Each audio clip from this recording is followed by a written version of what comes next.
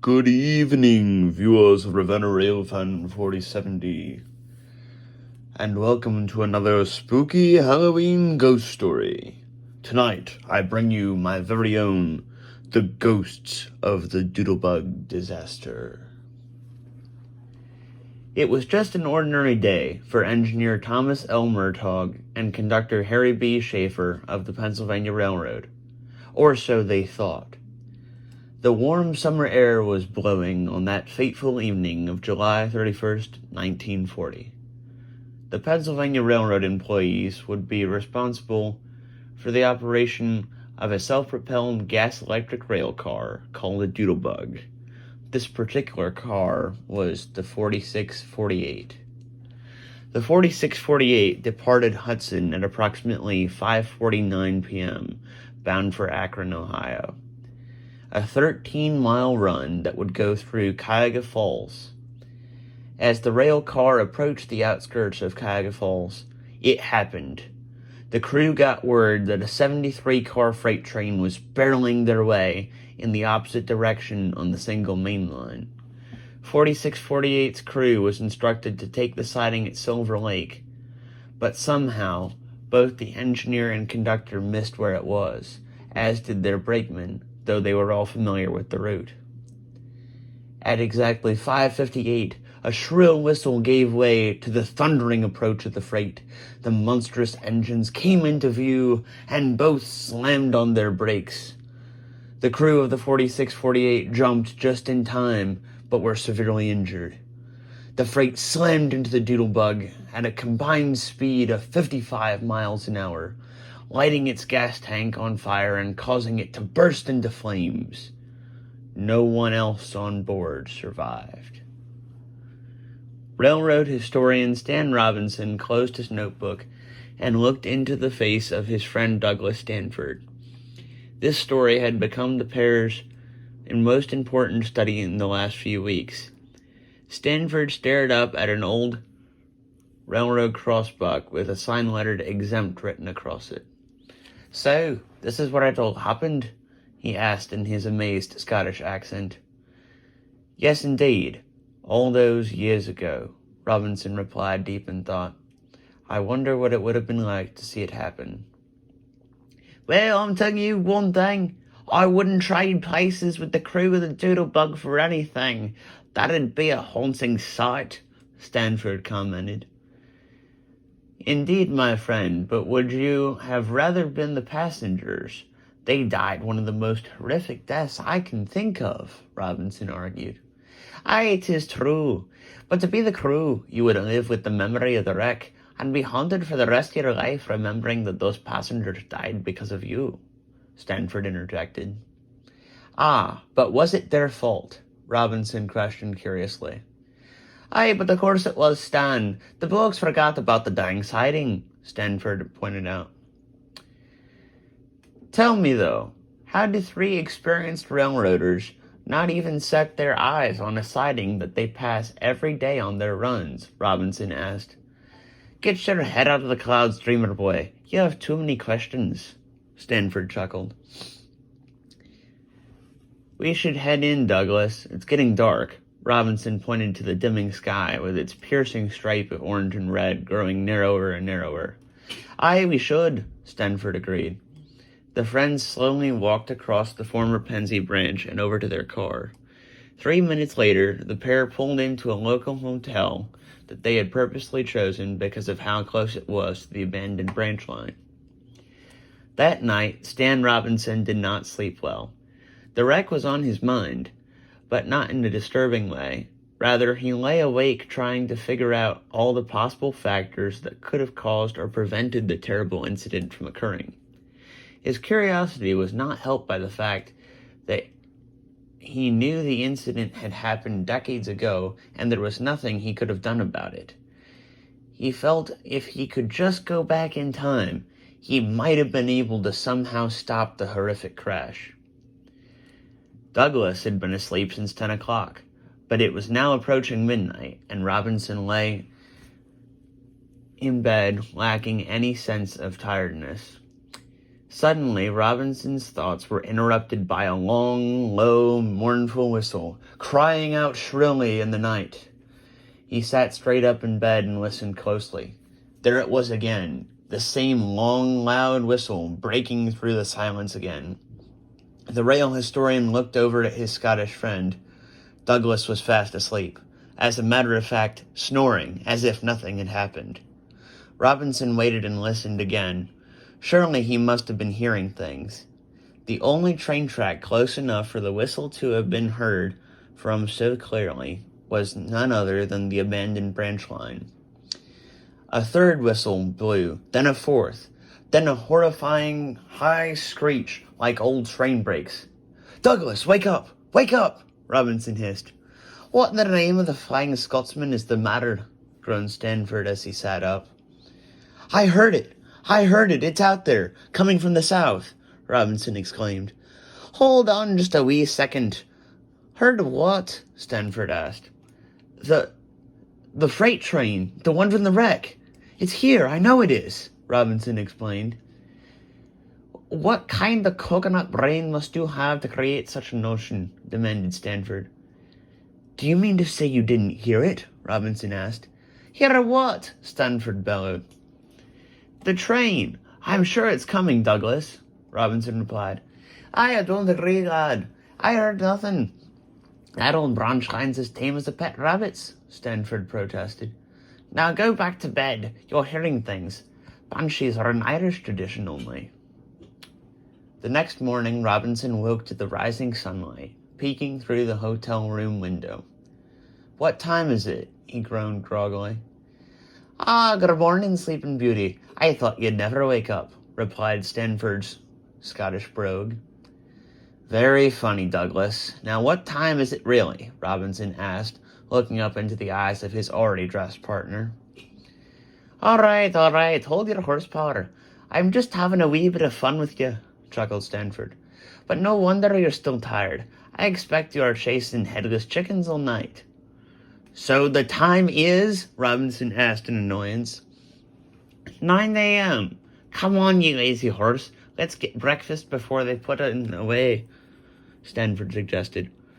"Works for me," Robinson groaned as he got up. After a breakfast of waffles, bacon, and fried eggs, the friends climbed back into their car and headed down to the abandoned track.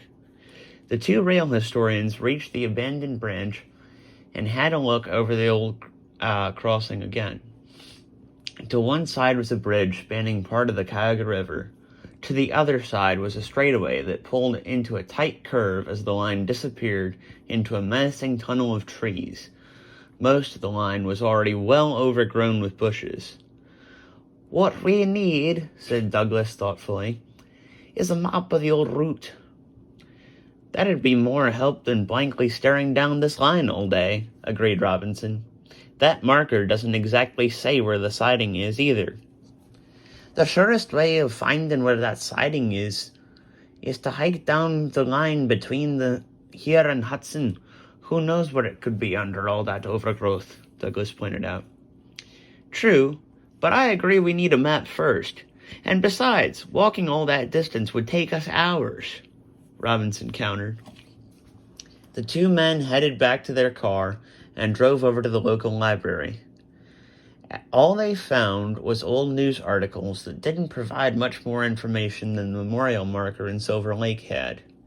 Disappointed, they returned to their car and decided to head up to the Hudson Library to see what they could find.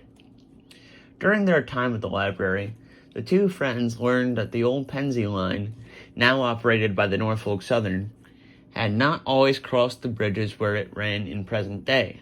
Rather, the track had crossed diagonally across State Route 303 and State Route 91, which was Hudson's Main Street. Only a few blocks away from the library, right near the NS track, lay what remained of a much older bridge which had supported the line before it had been shifted to its new position. Upon looking around, they found an access to the main line by a fairly new gravel road used by NS inspectors returning from trucks in their high rails, these being trucks which could drop small train wheels and ride along the rails for inspections and maintenance. Upon getting up along the tracks, they noticed a switch turning out from the main on the other side of the 2-track main line, drove back down on the road, and turned between the 2 bridges on 303 by the sign for the Commerce Center. They drove into a small self-storage lot and up to the main track, where they examined the switch pointing east. It split off into a branch line reaching downhill in a completely different direction from the main. If you're wondering, that line leads down into Veterans Way Park here in Hudson. This park used to be an old branch that ran to Akron. Now it's used by an NS local that services industries and uses the old Y to turn around, called a young rail fan. Aye, did you hear that? Douglas asked. Perhaps the same branch line used by the old Doodlebugs, Robinson concluded. Aye, my thoughts exactly, grinned Douglas. Did that line run Doodlebugs? Robinson asked the rail fan. Yeah, why? You guys trying to get more information about the old 4648, huh? Aye, how did you know? Stanford replied in amazement. Lucky guess, replied the rail fan. As long as I've lived in this area, I've heard that story many times. Do you know where the crash was? Robinson inquired. Well, not the exact spot. The old line is abandoned and covered in trees, but I know the general area. Any chance you could show us, lad? The rail fan checked his watch, which displayed a picture of Pennsylvania Railroad number 1361. Yeah, it's gonna be quiet for a bit. The next train hasn't even hit Alliance yet. And I got a friend in Ravenna who just got back from the air show, and he'll be able to tell me when it passes. Here, you guys can follow me. The rail fan walked over to a white Toyota Corolla and climbed in. The 2 rail historians climbed into their black Jeep and followed. When they reached Silver Lake, the rail fan crossed the abandoned track and turned down a side road that paralleled the line. I don't know where the switch is, and the station is long gone, but this would be a good place to look around. If you go through the gap in that clump of trees over there, you'll find an old walking trail. Aye, thanks for your help, lad. We'll take it from here. Stanford grinned. Any time. You guys have a good one, called the rail fan as he climbed back into his car and started on the main road back towards Hudson. Appears we're not the first ones to be curious about the wreck, Robinson commented after a brief moment of silence. But of course not, Stan. There's many a tale about the spooks in the railway's history, and I don't know of one that hasn't attracted the attention of someone, Stanford grinned. The friends began to clear their way through the brush. The rails were rusty. Trees and bushes covered most of it, making it very hard to trace. Eventually, they started to lose light, and they still hadn't found the switch.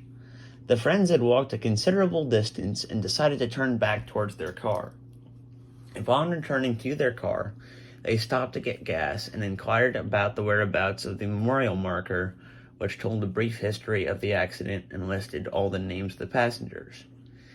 They stood reading the marker in amazement under the setting sun. 46 people, Stanford said, shaking his head as he finally broke the silence. 'Tis a shame, agreed Stanford.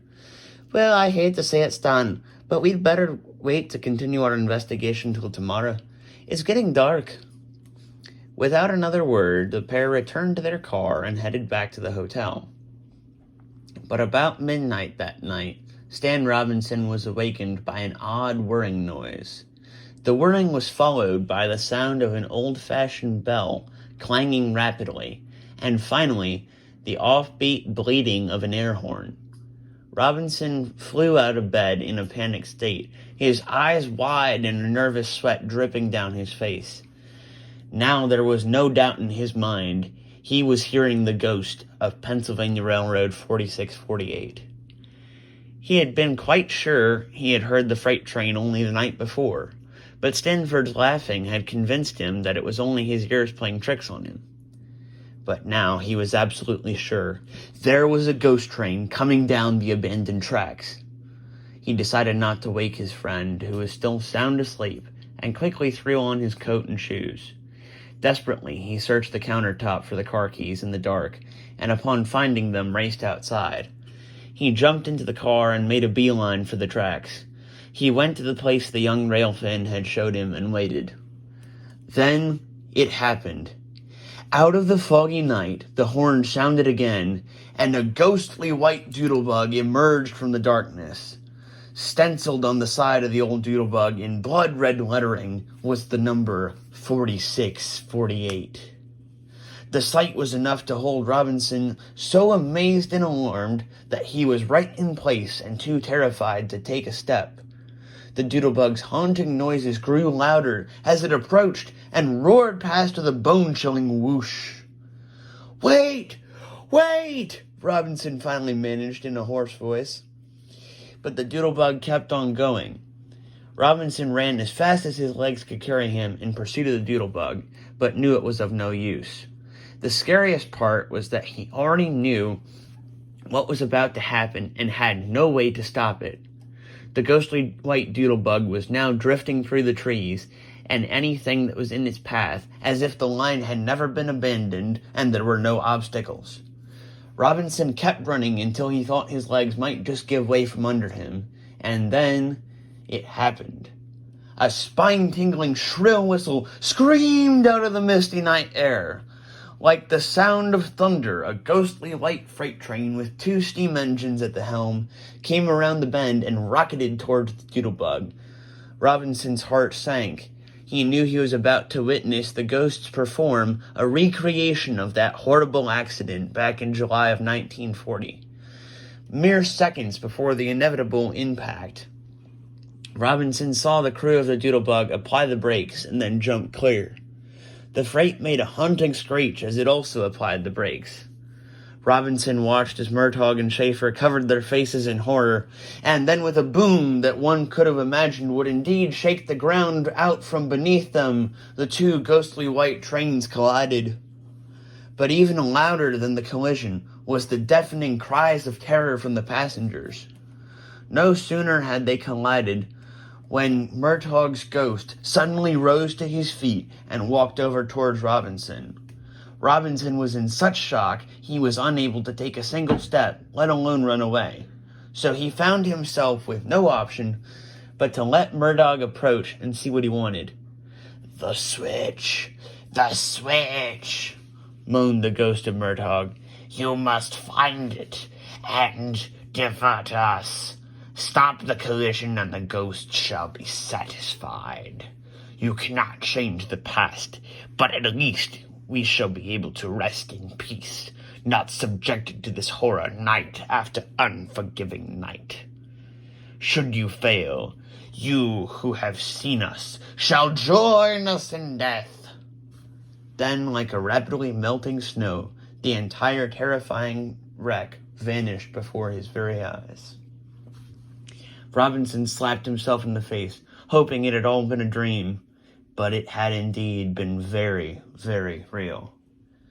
When he finally found the ability to move again, he kept looking behind his back and was still more nervous than a gazelle running from a predator across the wide-open plains. He drove cautiously back to the hotel and entered the room without a sound, still too scared to speak. He couldn't sleep at all for the rest of the night. The next morning, he was still awake, tired, but yet wide-eyed in fear. With an abrupt grunt, his friend Douglas Stanford awakened. Stanford rolled over in his bed and stared straight at Robinson. "Good heavens, lad! You look like you seen a spectre or two," he cried. I did see a ghost last night," Robinson managed, shivering as he talked. "You what?" exclaimed Stanford, who was instantly on his feet. "Well, more than one. All of them," Robinson continued. "All of who? Ye gone daft. There's no such thing as ghosts," protested Stanford. "If you saw what I did last night, you would not say such a foolish thing.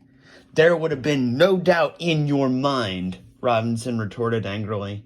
"If you don't believe me, come to the abandoned line tonight and see for yourself." "You expect me to believe that there are ghost trains crashing out in the middle of nowhere?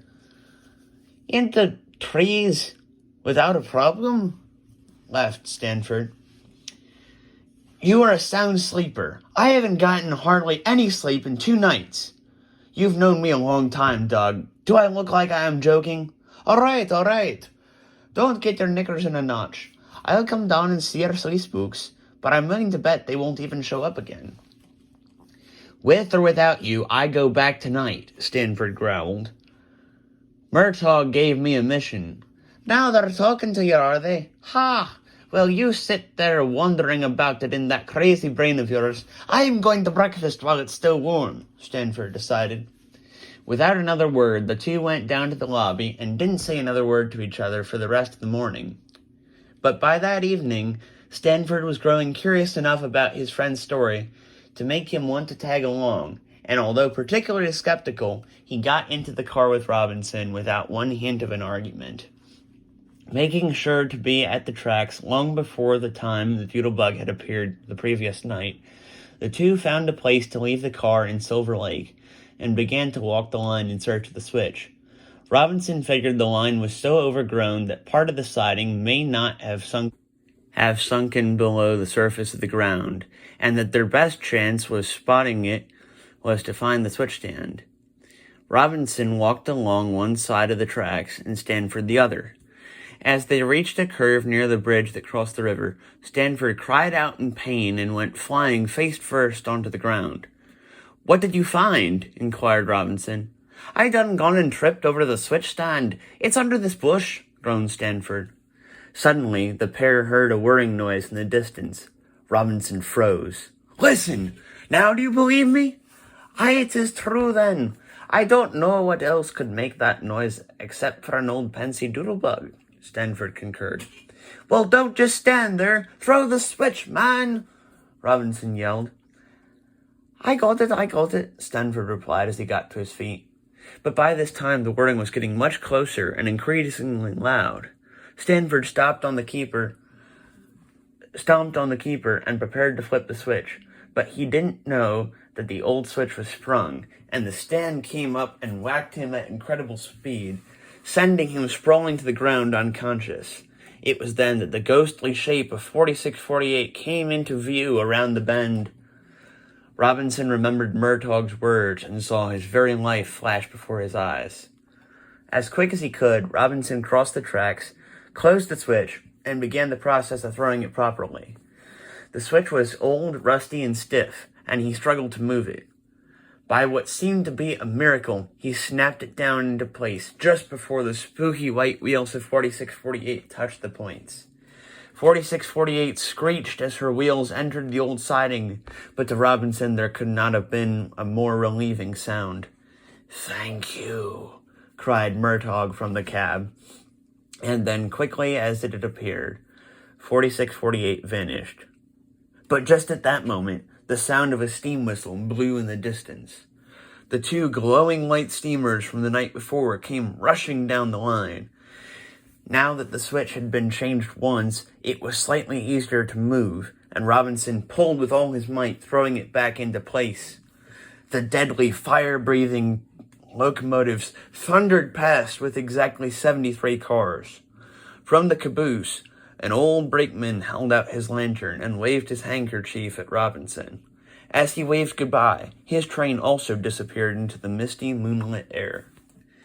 The next day, Douglas Stanford woke up in the hospital with his friend Stan Robinson by his side. You know something, Stan? He groaned through his damaged jaw. For all those years, it sat abandoned.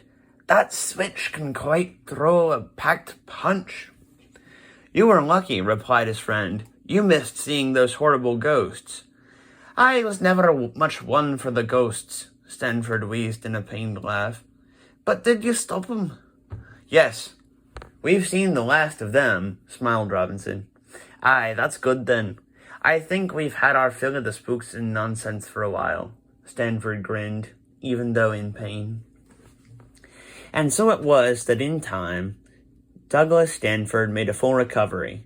Ian Robinson had completed their study and were more than ready to return home after such a scary experience. They never spoke of the matter again. Although they had stopped the reoccurring appearances of the ghost, they were saddened by the fact that they could not actually go back in time and have saved all those lives. But the point is that they had rid the line of the ghosts once and for all, and become the only ones to see the ghost trains in person. Or had they? The end. Well, guys, thanks for listening. I hope you enjoyed. If you would like to read up more on the Doodlebug wreck, I will put a link in the description below for an article where you can read about that. Again, thanks for watching, and hope you enjoyed. Let me know what you think in the comments. Happy Halloween, everyone.